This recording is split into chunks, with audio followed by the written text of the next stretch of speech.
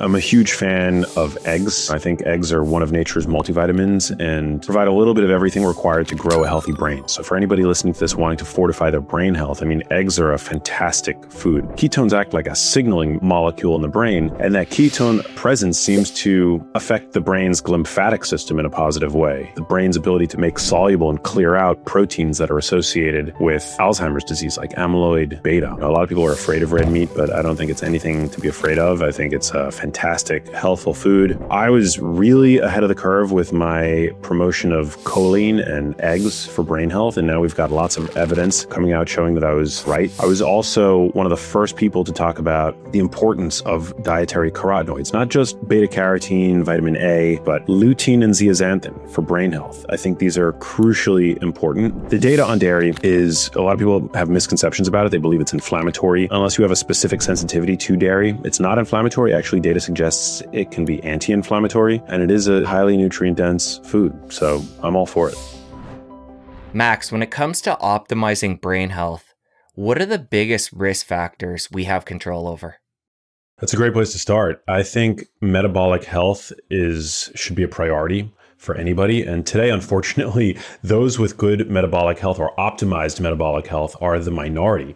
The latest data suggests anywhere between 7 and 12% of the population is quote unquote metabolically healthy, as determined by the absence of any of the features associated with metabolic syndrome. And part of that has to do with the fact that our food environment has become, in many ways, toxic. It's a food environment that promotes obesity, it promotes type 2 diabetes, and there are many pieces to the puzzle, but I think as a sort of framework by which to understand how to use food as medicine to ensure optimal metabolic health, you really want to prioritize minimally processed whole foods, which give your body the ingredients and nutrients that it requires to function optimally from the standpoint of hormone health, for example, insulin sensitivity.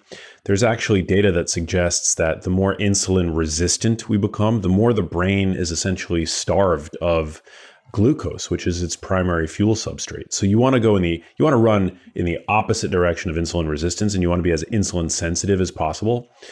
And being overweight, and especially being obese, as almost 1 in 2 adults are today in the United States, is a great way to basically ensure that your metabolic pathways are being jammed up with excess calories. It's actually being sometimes referred to as energy toxicity.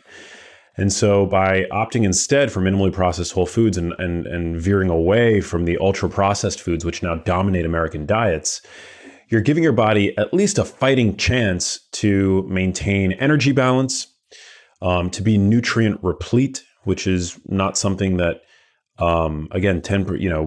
actually mirroring the statistics related to metabolic illness, only about 10% of the US population is nutritionally replete. 90% of adults have at least one essential nutrient deficiency or inadequacy.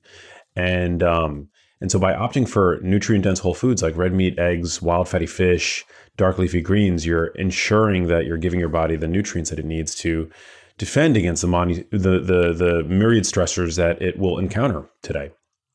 All right, let's go deeper into this metabolic health, insulin resistance. Let's talk about on a cellular level, physiology-wise, what happens when we start going down that way?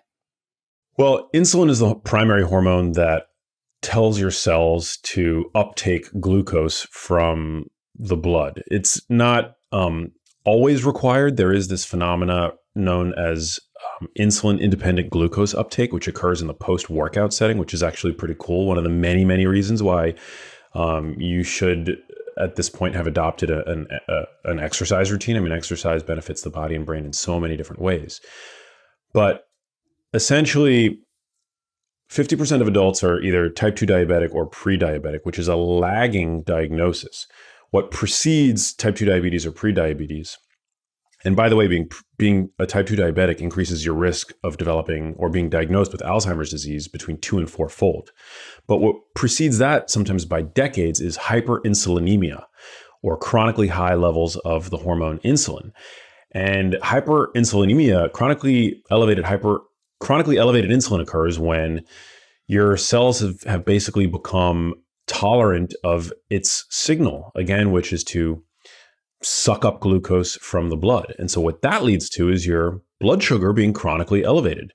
And that's problematic because it essentially scorches your body from the inside. It's essentially the Maillard reaction, which occurs when you throw a piece of toast in the toaster oven and it turns brown. That's occurring inside your body on a chronic basis. You're basically burning the vasculature supplying blood, oxygen, nutrients to your brain with chronically elevated blood sugar. This is one of the reasons why, having chronically elevated blood sugar, which occurs in type 2 diabetes, is so bad. I mean, it affects negatively every organ system. It affects wound healing, which is why you'll see some people with advanced type 2 diabetes require amputations. But this is causing damage below the surface for years. And what we're starting to understand now, and this is actually an area where I've changed my perspective as the science has sort of evolved. This occurs when we basically get over fat for we each have a genetic threshold, which essentially is the point at which we start becoming inefficient actually at fat storage. Our ancestors, those who were better at storing fat, were more likely to make it through the famine, the winter, when food ceased to be available. And so it's actually quite a useful adaptation for a starving hunter-gatherer to be able to store lots and lots and lots of body fat. But that capacity differs for each of us. And at a certain point, we cease to be able to, and this differs person to person, store fat in the places in our body where fat is meant to be stored, our adipocytes, our fat cells. And at a certain point, the excess energy will then spill over and begin to get stored in places where fat really should not be stored. This is referred to as ectopic fat. And this is when fat starts to get stored in your organs, like your liver, and most notably your pancreas. There was a groundbreaking study a couple of years ago that found that all it took was the loss of 1 gram of fat from the pancreas for insulin sensitivity to be regained. And so that was actually really compelling data. Because for a long time, there had been a debate about what actually causes insulin resistance. Is it just chronic overconsumption of foods that stimulate insulin release from the pancreas? Those would be carbohydrates and sugar, with the thinking that chronic elevations of insulin by way of, elicited by chronic consumption of dietary carbohydrates might cause your cells to become numb or tolerant to its effects. But now we realize that, there are people around the world who are on pretty high carbohydrate diets that don't seem to exhibit any of the metabolic derangement that so many of us seem to be suffering from here in the West. So that, along with the fact that humans are so highly adaptable, has kind of been the nail in the coffin for that hypothesis. And actually that, when I wrote my first book, Genius Foods, I was sort of more under the belief, based on the data that I had examined, that it was really the chronic elevations of blood sugar, which I think some people still believe to be causally related to, the development of insulin resistance and then ultimately type 2 diabetes. But it's really it's becoming over fat. It's energy toxicity. And this can be driven by the overconsumption of carbohydrates, certainly. This could be driven by the overconsumption of fats.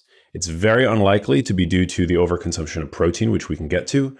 But generally, when you're overconsuming carbohydrates and fat, both of those are essentially energy sources for the body. And energy toxicity ultimately leads to fat storage, or fat storage that fills up your fat silos and then ends up leading to fat storage in non-professional sites like your organs. That's what ultimately leads to this energy toxicity, which causes the phenomena we refer to as insulin resistance that paves a path for type 2 diabetes, pre-diabetes and then type 2 diabetes. But you don't want to wait for those diagnoses, is I think one of the main points I'd like to drive home. Those are lagging diagnoses. You want to make sure that you are insulin sensitive. You want to make sure that your fasting blood sugar, that your fasting insulin is in a healthy range. And the way to do that is by eating foods that fill you up, that don't drive this excess of fat storage. Now, there are other ways to drive to cause insulin sensitivity that are not diet related.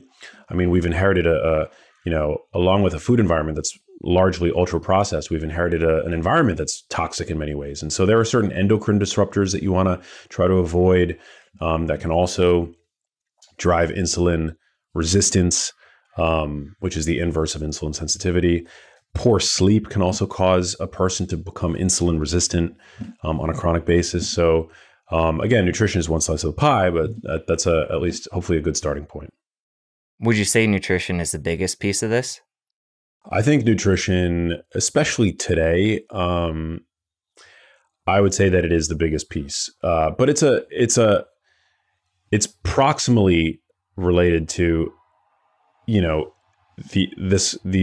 these conditions like insulin resistance and type 2 diabetes, because in a sense there are other things like poor sleep that can cause our nutrition maybe to go out of whack, our satiety mechanisms to fall out of whack. But yes, nutrition I would say is a major one.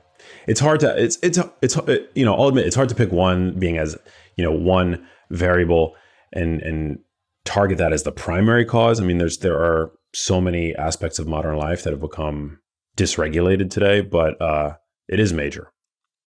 And just to go over the other ones you brought up so far, exercise, sleep, what other ones are big pillars in that realm?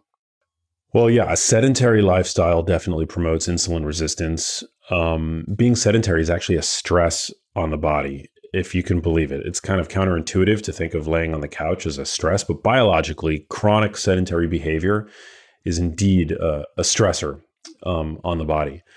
Poor sleep deprivation, on just one night of poor sleep, it's been shown that you essentially become pre-diabetic the next day. It's temporary, but your body's endocrine system falls out of whack on a night of poor sleep. I mean, we spend a third of our lives asleep, and that's not an accident. I mean, sleep is crucially important for hormone regulation, for the promotion of good mental health, for making sure that your satiety mechanisms are functioning optimally. I mean, there's data that suggests that poor sleep drives excess hunger to the tune of about 400 to 500 additional calories consumed the following day. And those calories tend not to be from healthful foods, but the more pleasurable dopamine stimulating foods that today, tend to be junk foods, vending machine foods.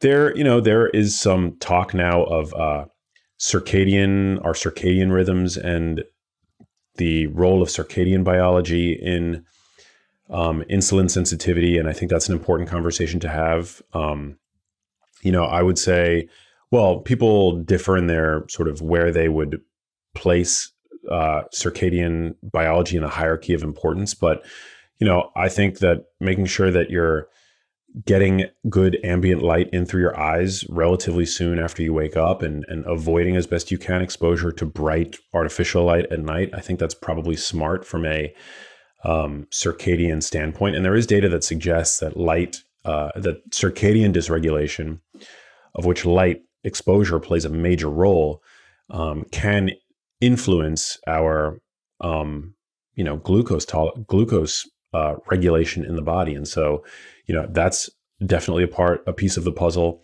Nutrient status is a part of the puzzle. There are certain nutrients like magnesium that play an important role in glucose regulation. There's there are a lot of different variables, but I would say that's a good place to start is exercise, making sure that you're sleeping well. I forgot to mention stress mitigation. Stress mitigation is a very important one. You want to make sure that you're not chronically stressed out. I know that's easier said than done today. We live in stressful times, but yeah, that's a big one as well. All right, let's come back to the diet piece. And I want to really clarify here how you feel about what we're eating and how that leads to insulin resistance as a pillar. And you mentioned there the fact that when you wrote your first book, you were thinking more along the lines of blood glucose spiking, insulin going up. And over time, continuing to do that, our body's going to make more and more insulin, trying to drive this glucose into cells. And to be honest, that's the way I primarily see it now. And I know we've talked about this before, but I want to get into some deeper details on it. And a lot of the people that I interview, and I'm sure you do too, still see it that way, where we got to control blood glucose, control insulin that way, and then regain metabolic health through a low carb or ketogenic diet. So the way you're explaining it, though, it sounds like it's consuming more energy in a general sense, whether that be carbs or fat, depositing this extra fat in the body, ectopic fat, so fat going into different places in the body where it shouldn't be. But go into more detail on what I just brought up there and the insulin, blood glucose, elevation theory of insulin resistance versus what you're explaining. It's sort of like, for somebody who has celiac disease, they need to avoid gluten, right? But that doesn't necessarily mean that gluten caused celiac disease or that everybody necessarily needs to avoid gluten at all times. Similarly, there are certain, dietary therapeutic interventions that might be useful in the setting of a certain condition, but that don't necessarily mean that, the inverse of that diet caused the condition. So similarly with type 2 diabetes, it can be useful to adopt a low carb diet, a ketogenic diet. And certainly there's nothing wrong with adopting a ketogenic or a low carb diet. I mean, that's a diet that works for many, many people. And there are times in my, life when I'm on a more low carbohydrate or ketogenic diet. Ketogenic diets can be very useful for also certain neurological conditions. There's a lot of research now being done by, certain institutions looking at the impact of the ketogenic diet on mental health and mental illness, like bipolar disorder and schizophrenia and things like that. It's been a gold standard treatment for epilepsy for almost a century at this point, and it's now being looked at in the setting of Alzheimer's disease and Parkinson's disease. And there's some solid evidence there. But that doesn't mean that one needed to be on a ketogenic diet to prevent those conditions. And so I think for many, and the data supports that, it can be useful to be on a low carbohydrate diet if you have glucose intolerance, if you are already insulin resistant, because you're, somebody who is insulin resistant is gonna, when they eat a carbohydrate rich food, they're gonna see their blood sugar elevated. They're gonna see it elevate higher and be elevated for longer than somebody with a healthy glucose tolerance. So it can be really healthy for that person to adopt a low carbohydrate diet. And there's a lot of good evidence on that. And I wouldn't bar somebody, with insulin resistance from trying that diet to see if they can adhere to it. But there's also evidence, people that are on diets that are inclusive of carbohydrates, as long as they're in a calorie deficit, they begin to lose the fat from those organs and they start to see a regaining of insulin sensitivity. So the more the research seems to come out, there doesn't seem to be a huge advantage of going, on a low carbohydrate or a ketogenic diet. It makes logical sense. It's reasonable to think that a low carbohydrate or a ketogenic diet might be the optimal diet for that person. And, for many people who adopt low carbohydrate and ketogenic diets, I mean, those diets tend to exclude a lot of ultra processed foods. They tend to be diets that are higher in satiety because they tend to be higher protein diets because of their emphasis usually on eating more meat, eggs, and things like that, fatty meats in particular, which, anytime you eat fat, protein is the most satiating macronutrient. And anytime you add fat to that protein, you're slowing the rate at which it leaves your stomach and enters your small intestine. So it's basically, a ketogenic and a low carb diet, by definition, generally will prioritize high satiety foods. But that doesn't necessarily mean that it's the absence of carbohydrates that is, magically therapeutic in that setting. And there have been meta-analyses that have compared, calorie reduced diets to low carbohydrate diets. And there doesn't seem to be any sort of major benefit of one versus the other. There do seem to be, there was a meta-analysis that came out a couple months ago, and it found that mainly all things were, all of the variables of import were comparable on a calorie reduced diet versus a low carbohydrate diet. Like I think the A1C, I would have to go and double check. So it's been a minute since I looked over this study, but it was a recent meta-analysis, and I believe most of the glucose tolerance biomarkers, A1C, fasting blood sugar, they were comparable between groups. I think there might have been a benefit in terms of lower triglycerides in the low carbohydrate diet, which that's good. That's beneficial. But there doesn't seem to be any major benefit of one versus the other. But that being said, low carb diets can be more satiating, and that is important. So it ultimately will come down to personal preference and what you find easier to adhere, the diet that you find easier to adhere to. I believe the two parameters you just brought up are HbA1c and blood glucose. The only thing that I think about when I hear that with a study like that is looking at insulin specifically. Because as insulin resistance comes on over years, our body's going to mask blood glucose rises, HbA1c, a lot of times as we're making more insulin to shove that blood glucose out of the bloodstream into cells. So if we're not looking at something like fasting insulin, a Kraft test, are we really seeing the whole picture? And the way I understand it, I don't think we are. Yeah. Joseph Kraft, by the way, is he was one of the OGs in the space. And I cited him in my first book, Genius Foods, but I think he was one of the researchers that basically coined the concept of type 2 diabetes being a lagging indicator, that it's preceded by insulin resistance by like a decade. Which is what I'm getting at. And if we're looking at just those other metrics you brought up, we can often get tricked into thinking we're doing okay. When we bring in insulin and start measuring that, that's when we can see what's happening under the hood, so to speak.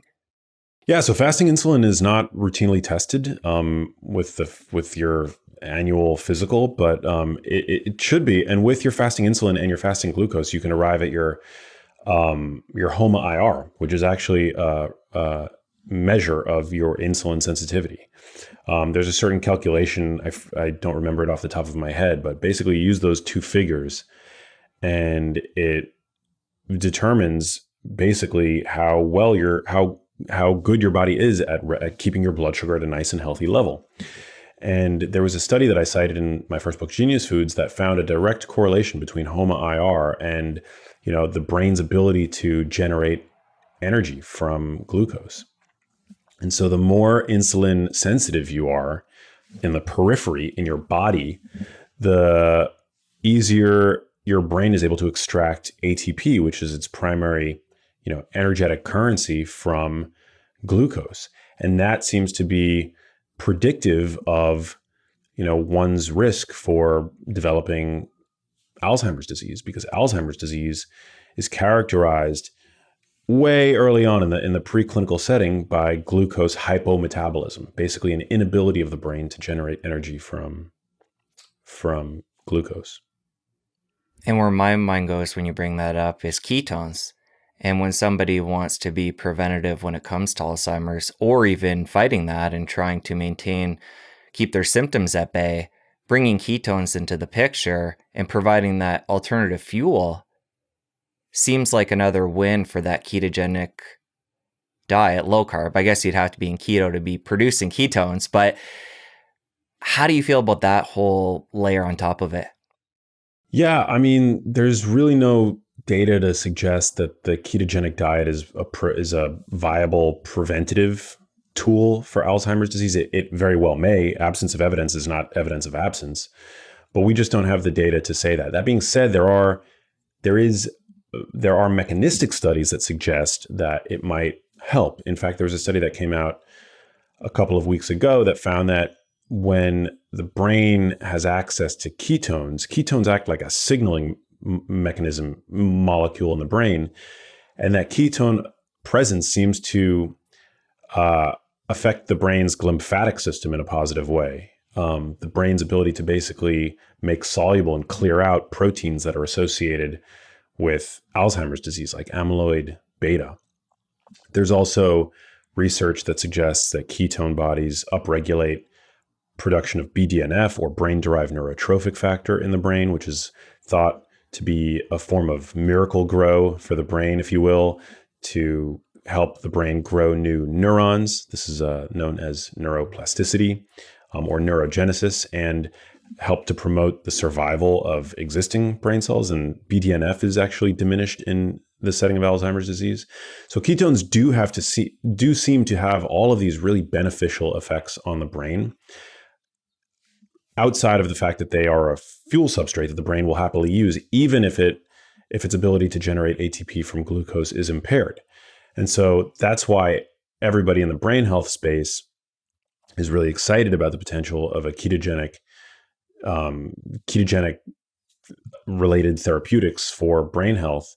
But we need more research. And, also there have been clinical trials looking at the ketogenic diet in populations with Alzheimer's disease. And there does seem to be a beneficial effect, a small beneficial effect on patients with Alzheimer's disease, I think, in maintaining quality of life. And the effect seems to be, it's modest across the board, but the effect seems to be stronger in patients with mild Alzheimer's disease as compared to moderate Alzheimer's disease. And, as Alzheimer's disease progresses, the levels of pathology in the brain, it's just very, it's a lot. But ketones do seem to provide a fuel source for the brain that the brain will use, which is good. And they seem to have all of these other downstream sort of signaling effects.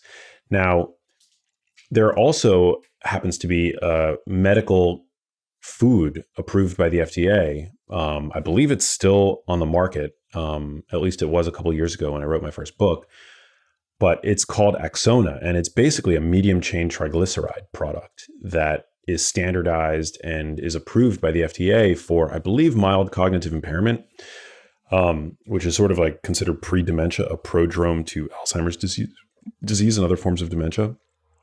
And what medium chain triglycerides do is they become converted by the liver to ketone bodies, which the brain will use. So that goes to show you that there is something really unique and special about the ketogenic diet in the context of brain health. And an expert who really talks a lot about this topic and who I've learned a lot from is Dom D'Agostino. I know you've had him on your show, right, Jesse? Yes. Yeah. So he's a legend in this space. And, he put it to me in a way that was just really stark, the way that he described it. He said, humans have adopted many different kinds of diets all around the globe. And there are many kinds of diets that are associated with long life.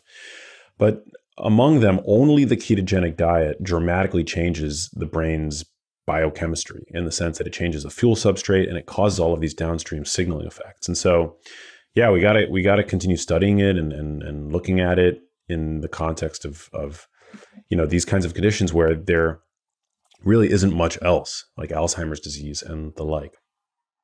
And as you mentioned, Alzheimer's in the brain, it gets me thinking about Dr. Dale Bredesen. And I know the diet that's part of his protocol is something he calls the keto flex. So it's a modification of the keto diet. I forget the specifics, maybe you remember. But I'm just extrapolating out to other conditions where we can gather information to maybe apply in different areas. And we know ketones can be helpful for mental health conditions. I think you've interviewed Dr. Georgia Eid and her work on ketones for mental health. We know for epilepsy, they can be helpful.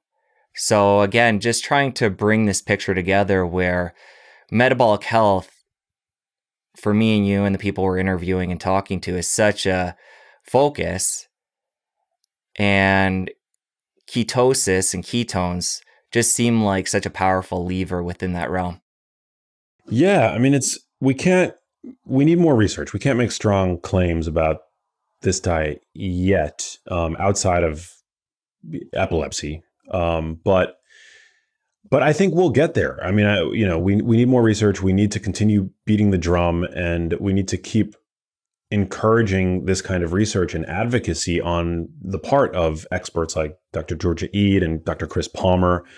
Both are doing incredible work looking at these diets in the context of these, really, um, you know, horrific mental health conditions that so many people today struggle from, and the standard of care for many of these conditions is just it's a pharmacologic therapy that comes with side effects and adverse effects, and the idea that we might be able to use a dietary intervention, a safe dietary intervention, safe and effective, right? I mean, that to me is incredibly it's such a great prospect, and I remain incredibly hopeful and optimistic. And yeah, the concept of a flexitarian, or I forget how others have referred to it, but there are different ways to practice a ketogenic diet. And full disclosure, I'm not on a ketogenic diet. I don't routinely. I might actually be in ketosis at some point in the day because I eat a lower carbohydrate diet, but I'm not carb averse. Like I definitely consume carbohydrates. Copious fruits and vegetables I think are really important and beneficial. I eat the occasional grain. I eat starches and stuff like that, but I try to titrate my intake of carbohydrates up with my activity levels, and then I tend to dial them back when I'm a little bit more sedentary. As life seems to my activity levels ebb and flow, as I'm sure most people's do as well. But yeah, there's some people, when the ketogenic diet first came on the scene, so to speak, when it first dropped, there were a lot of people that adopted what I think some people refer to as a dirty style of keto, where it's just lots of, and we've all seen this on social media, right? It's like lots of really fatty meat and butter and bacon and heavy cream on everything. And I think it's exciting for a lot of people that they can eat like that, and with no health consequence. And so that's where I think a lot of people have adopted that diet. But that, I don't think that that's ideal. And certainly, you can, if you're consuming an excess amount of calories, even on a ketogenic diet, as many people who have adopted that style of ketogenic diet do, you'll hit a plateau where you cease to lose body fat. I mean, dietary fat can make you fat. It doesn't necessarily make you fat.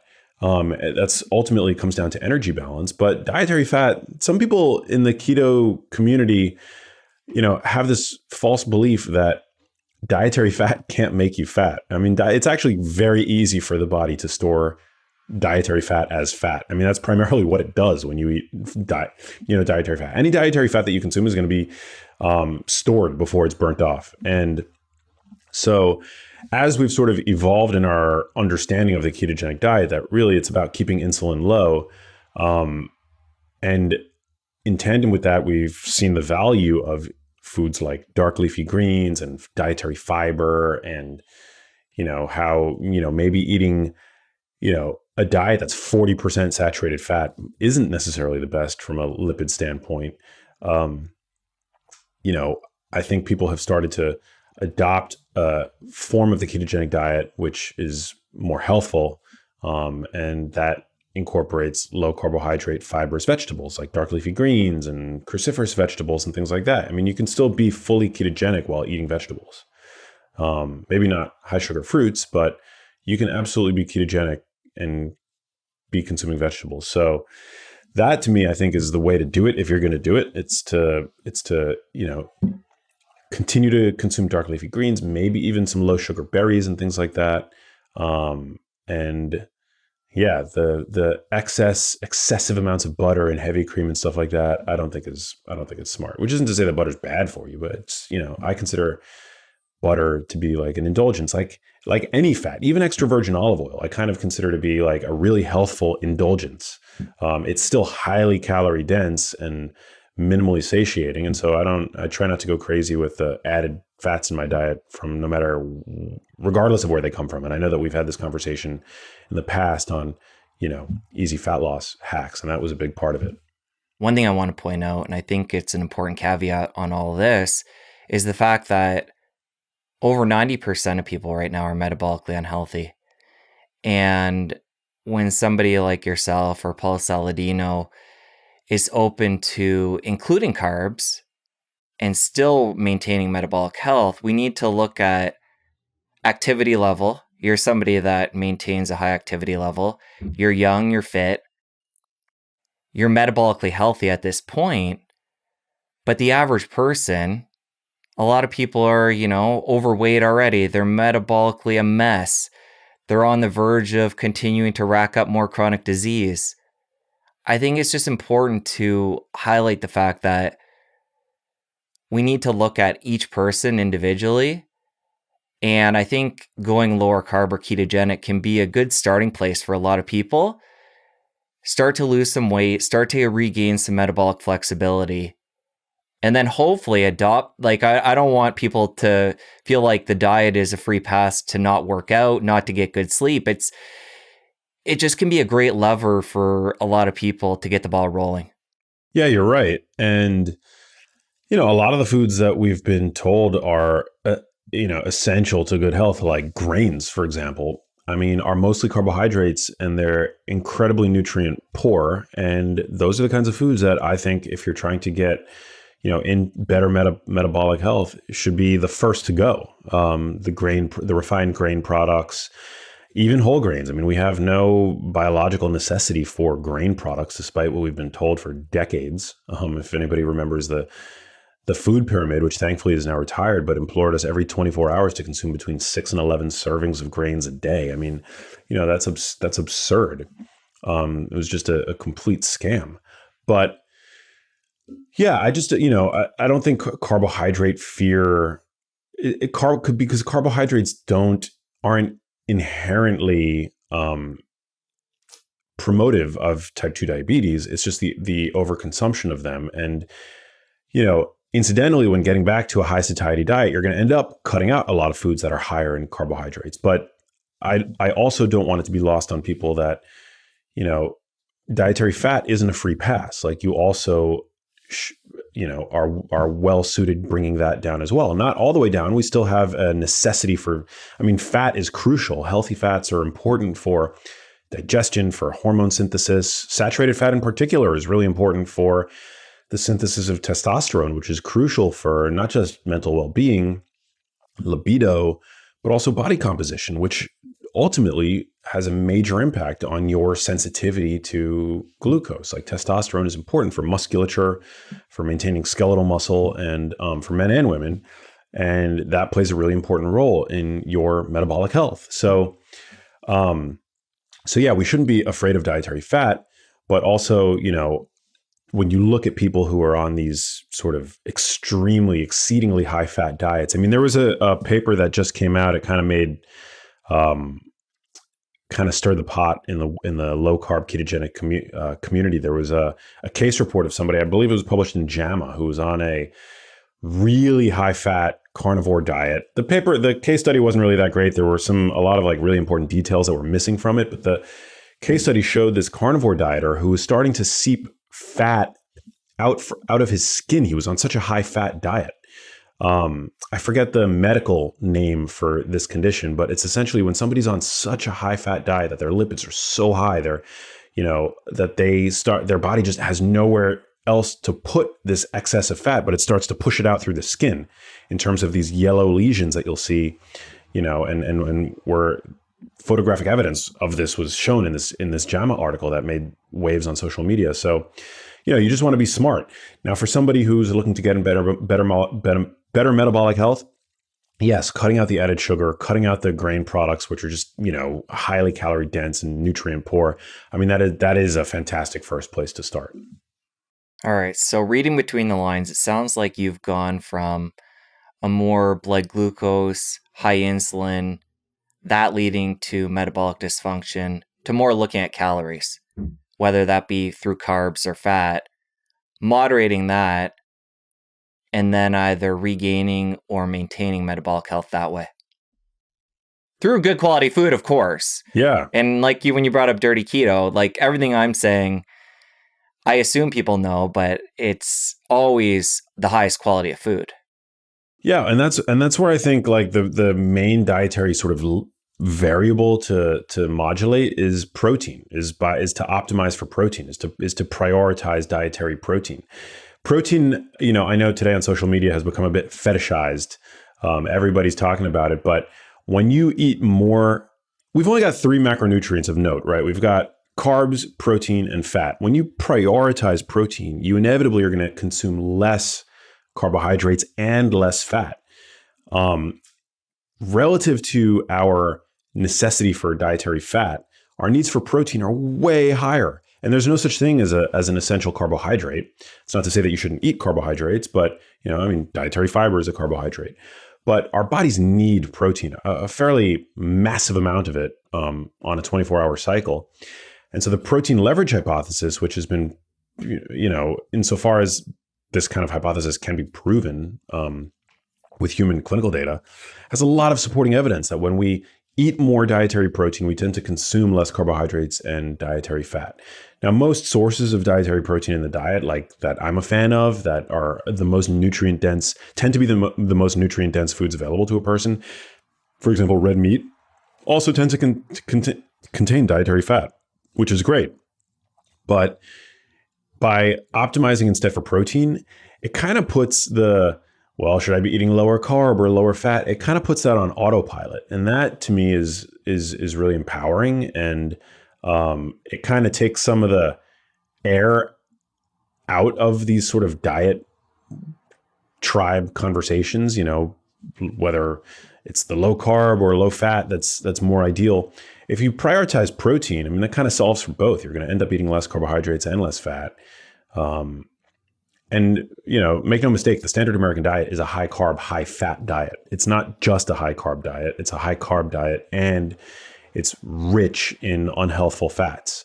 And so, getting back to a diet that is, primarily protein and emphasizes the fats found naturally in your protein sources, which tend to be animal fats, and also the fats found naturally in whole plants like avocados and things like that.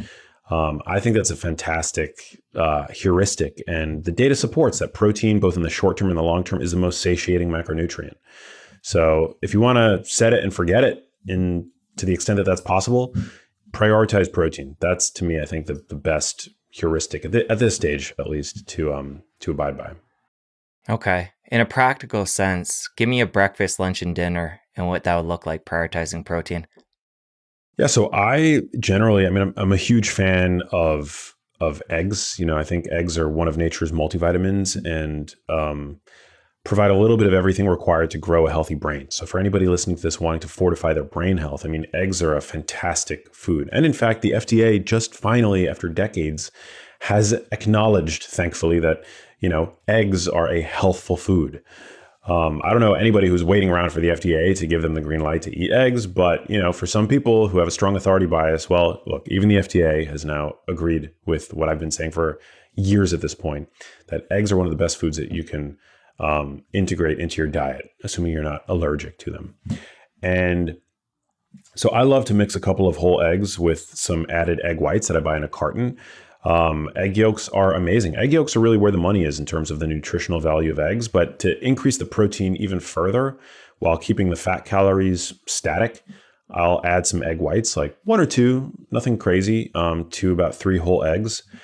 And I'll usually scramble that up with some form of animal protein, whether we're talking, roasted chicken or sliced ham or something like that.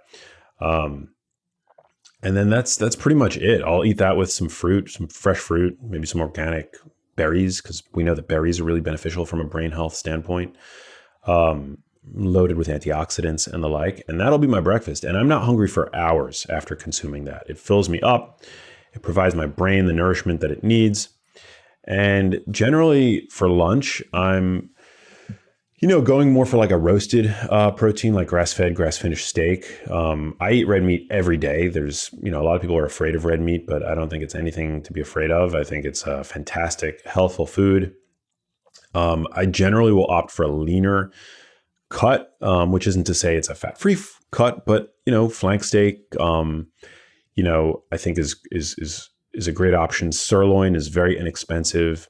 And so I try to do some, I'll do like some red meat for lunch, and generally I'll have like a dark leafy green with it, usually in the form of a, medium-sized salad. There's, which I know we've talked about on your show in the past, Jesse, but there is research out of Rush University that suggests that eating a bowl of dark leafy greens every day yields a brain that performs up to 11 years younger. It's a correlational study, but there is a lot of good stuff in dark leafy greens that I know there's some disagreement on, at least on social media. But when you actually look at what dark leafy greens contain, I mean, they're a rich source of vitamin K, of folate, of vitamin C, and dietary fiber, and also non-essential nutrients that we have really significant data showing benefit eye and brain health, like carotenoids, like lutein and zeaxanthin, which are abundant in kale, spinach, arugula. That's not to mention the inorganic nitrates that you find in dark leafy greens that directly support cardiovascular health. So eating dark leafy greens, I think, is really crucial from a cardiovascular and brain health standpoint.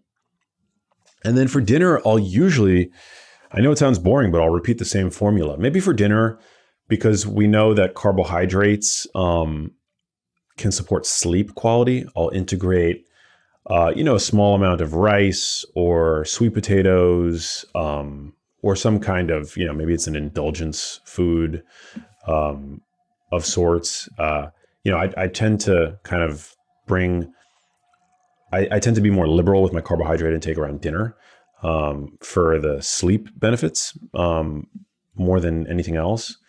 But yeah, so I'm not on like a low carb diet, but I try to prioritize protein at each meal. Like half my plate at least is made up of the protein of choice, whether it's fish or poultry or grass-fed, grass-finished steak, or ground beef, which I think is a really economical way to integrate red meat into your diet. And also I'll add, it doesn't necessarily even always have to be grass-fed, grass-finished. The differences between grass-fed, grass-finished and grass-fed, grain-finished are pretty small. And if you're eating relatively lean red meat, then the differences are even smaller, because what a cow eats influences the nutrients found in its fat primarily more than anything else. The protein is protein.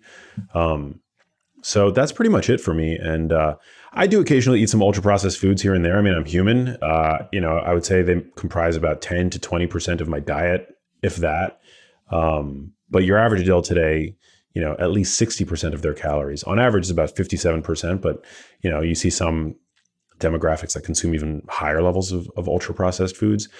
So I'm not like a monk sitting atop a mountain somewhere, eating a 100% exclusively shaman-blessed organic diet. I mean, I make room for the fun foods. I make room for the foods that might not necessarily be valuable from a nutritive standpoint, but are valuable from a psychological standpoint. And I think that's ultimately the best way to approach diet, is with a sort of, with a flexible mindset. Alan Aragon, who's another evidence-based nutrition expert who, I've spoken to and we've had many conversations. I mean, he's coined the idea of flexible dieting, and I think it's a good way to look at things. All right. You mentioned the fact that in the evening, you may have more carbs to help with sleep. This gets me thinking about timing of eating in general. And the way I remember it, you're not huge into fasting or intermittent fasting. So talk about the latest when you break that fast, and if you prioritize having a few hours without eating before bed to help with sleep. Yeah, so I used to be more of an aggressive faster, never with long duration fasts, but I was, more convinced that intermittent fasting was beneficial. And now I generally will eat fairly soon after I wake up. I like to actually wake my body up and maybe, go for a walk around the block, or I have a treadmill pad underneath my desk. So I'll try to get some steps in. I drink, I try to hydrate and drink some coffee. But then fairly soon after I wake up, I'll eat that high protein breakfast that I was talking about, because, over a long night fast, your muscles are starving for amino acids. And I also want to hit a certain protein target over the course of my day to optimize the effort that I put in the gym. I spend a lot of my time, fitness wise, doing like a bodybuilding style workout. And for me, putting on muscle is not the easiest, but I think I've done pretty well for my genes. And part of how you optimize your sort of genetic potential when on a resistance training regimen is to hit your protein target every day, which is about 1.6 grams per kilogram of ideal weight. And so by starting my intake of protein early-ish in the morning, it helps me to turn off the muscle protein breakdown that's probably already occurring to some degree over the 12 hours or whatever since my previous meal. It also keeps me satiated throughout the day, and it helps me hit that protein target. So I eat generally like pretty soon after I wake up these days. I do try to curtail my consumption of food to 2 to 3 hours before I go to sleep, and that is really a nod to the burgeoning field of research known as circadian biology, that we're not really meant to consume food too late at night. I mean, we're actually meant to go to bed with sundown. The fact that we now stay up until all hours watching, Netflix and whatever, I mean, that's a modern artifact, and that might have negative downstream health consequences. And one way to sort of honor your body's circadian rhythm, and there's clinical data, Dr. Sachin Panda does a lot of this research, and he's published a lot of clinical trials on this matter, that by curtailing your consumption of food, by thinking of your organs of digestion as essentially the kitchen closing at a certain point before bed, 2 to 3 hours generally, seems to promote more optimal digestion, but B, there seem to be cardiometabolic benefits to doing that. Essentially eating earlier dinners.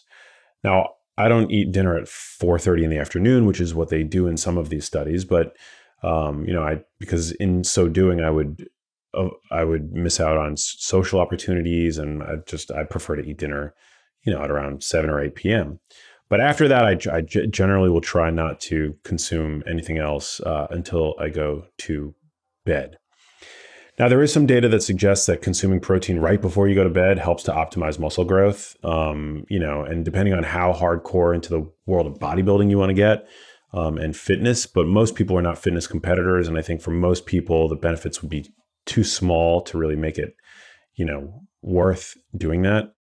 But there is research that suggests that, eating a protein meal right before you go to sleep actually helps to optimize muscle protein synthesis. Earlier, you brought up grains. You're not a fan. It's obvious when you share your meals throughout the day, you are a fan of plants. There is a group in our world talking a lot about plant toxins, lectins, oxalates, phytates. We could go on and on. Is that a concern for you? It's not a concern for me personally, but if you are prone to kidney stones and oxalate accumulation, then yeah, I would not consume raw spinach on a regular basis. But there are certain tests that you can do, like urinary oxalate excretion tests, to measure how susceptible you are to that. And if you've ever had a kidney stone, I think it's probably worthwhile to avoid raw spinach. But I don't buy the carnivore hype that we need to avoid plants because of these like anti-nutrients and things like that. When you're properly cooking legumes, you're basically rendering a lot of these compounds in question as being as benign. And I do think that everything you eat, there's a risk benefit of everything that you do pretty much. And I think the benefits of consuming dark leafy greens, for example, or cruciferous vegetables outweigh any risks. They're very low in calorie density. They do provide essential nutrients, but they also provide these non-essential nutrients that are really beneficial, whether we're talking for skin, for eyes, for brain, these carotenoids, these antioxidant carotenoids that are in their highest concentration in dark leafy greens. And I think a lot of carnivores honestly are missing out. I was really ahead of the curve with my promotion of choline and eggs for brain health. And now we've got lots of evidence, coming out showing that I was right about that. I was also one of the first people to talk about the importance of dietary carotenoids, not just beta carotene, vitamin A. That's an essential nutrient, but lutein and zeaxanthin for brain health. I think these are crucially important. And there are other pigments in plants like anthocyanins and blueberries that I was very early to talk about, but with carotenoids in particular, those are what you find. Those are what you tend to find in dark leafy greens, with kale being the top source. You also find them in animal source foods, but I really do think that these are unsung heroes of the nutrition world and really beneficial from the standpoint of skin, eyes, and brain. And so I do believe that people who avoid dark leafy greens are missing out on those. And you can kind of see carnivores, like, they don't necessarily like, I think the carnivore diet can be a great therapeutic tool if you've got a skin condition that you're trying to clear up.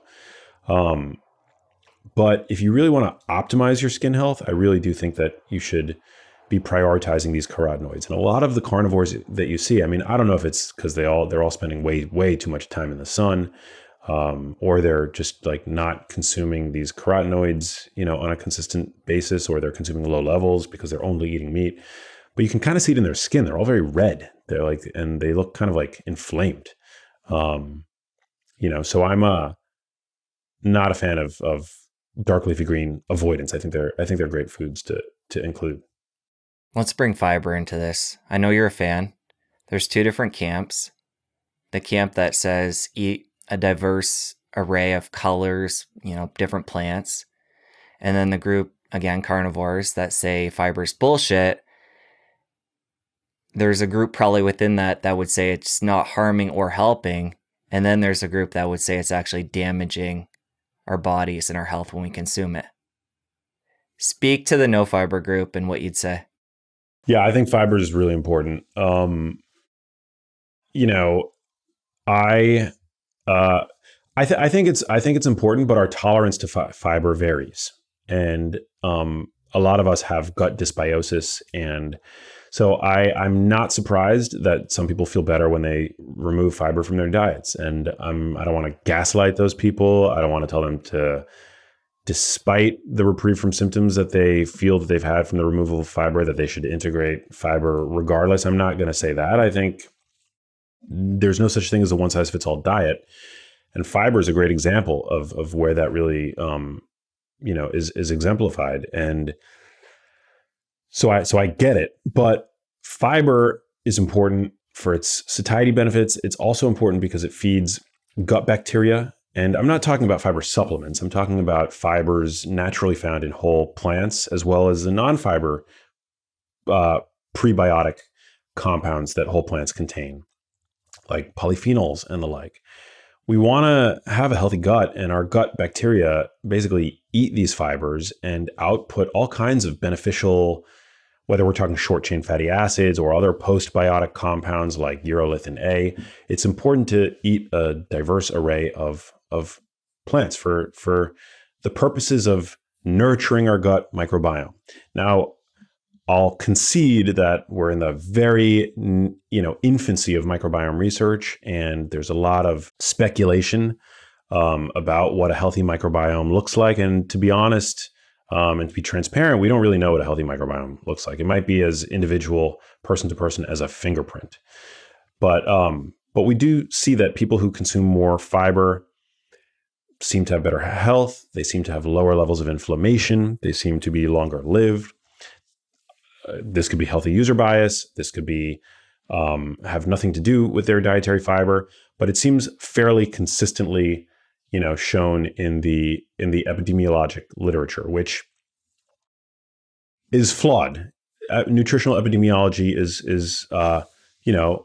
it's not the best kind of science to go by, but we also know mechanistically that dietary fiber is really good at helping to regulate lipids in the body. It's also really good to purge toxins because fiber in your gut traps bile acids, and we excrete a lot of the toxins that our liver has deemed for removal from the body. We basically poop these toxins out. That's why defecation is one of the greatest, pooping is one of the greatest and most important forms of detoxing. That with along with urination and sweating and even breathing. But when you're consuming dietary fiber basically traps a lot of these compounds, and then you eliminate them. So, I'm a fan. I think it's important to have in one's diet. I don't think that you need to go overboard with it. I mean, there are some vegan diet evangelists that will suggest we need about 150 grams of dietary fiber a day. I think that's way too high, but in general, I'm a fan, and the amount of fiber that I would recommend, it differs person to person. People have different tolerances. If you're eating so much fiber that you're bloated and gassy all the time, well, you're eating probably too much, or you've started eating too much too soon. Your microbiome adjusts, and so you want to, maybe titrate up your dose a little bit more, your fiber intake a little bit more slowly. But yeah, so I'm a fan. I think it's definitely worth prioritizing in one's diet. All right, I want to come back to metabolic health, insulin resistance. To me, there's 3 big camps when it comes to this. One being calories, and that seems to be more your focus as of late. The low-carb world, which is more my focus. And then the seed oil camp. Let's talk about the latter and how you feel about those. All the different camps. And obviously a lot of overlap. I see merit in all of them, but we all lean towards one more than the other. Yeah, I'm low carb adjacent. I'm not anti low carb. My diet would likely be considered low carb by any orthodox dietitian today. But I just, I think it's important not to feel the need to go overboard with that sort of approach, because there are many higher carbohydrate foods that I think are beneficial. I mean, whole fruit is a perfect example of that.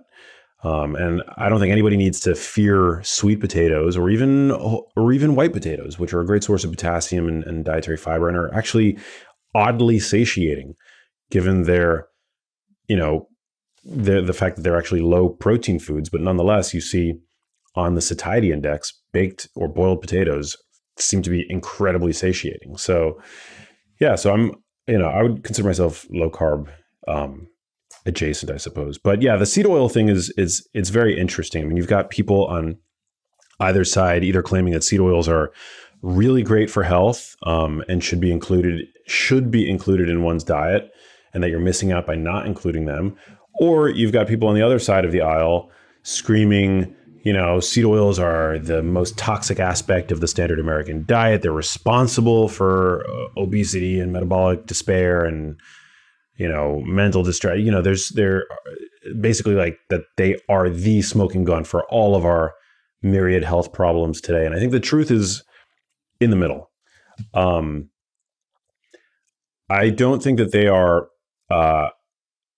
there might be some mechanistic plausibility to the notion that they are independently fattening, but I don't think that they're the reason why Americans are overweight. I think if you were to remove seed oils from the American diet and replace them with avocado oil, we would be just as fat. That I think ultimately comes down to energy balance. Now, there was a study that came out a couple months ago that found that our physical activity levels actually haven't declined very much over the past century. It's our resting energy expenditure that has. And one of the reasons speculated in that paper was that, in 1910, our diets, the fat in our diets were 90% plus dominated by the fats from animal source foods. They were animal fats. And today, less than 15% of the fats that we ingest come from animal fats, and the bulk has been replaced by vegetable oils. And so the paper, based on other, animal data, posited this hypothesis that it's the overconsumption of these seed oils, literally in the paper, that has led to this widespread decline in our metabolisms. That may be true, but I honestly would be surprised if that were the sole cause, and I don't think it's the sole cause. I think, it's the rise of ultra processed foods, and you could replace the seed oils and ultra processed foods with any other fat, and they're still going to be junk foods, and they're still going to be hyper palatable, highly calorie dense, and no bueno for public health. That being said, we are consuming more linoleic acid derived from these refined, bleached, and deodorized seed oils than ever before in human history, because they're a relatively recent invention. They're novel fats. We, prior to 70 years ago, hadn't had the solvents and the chemistry labs and the machinery to extract, and to make any substantial amount of oil from corn or soybeans until fairly recently. And I think the fact that these now play such a huge role in our diets, I do think that there are some significant long-term concerns that are worth contemplating, and we need more research on them.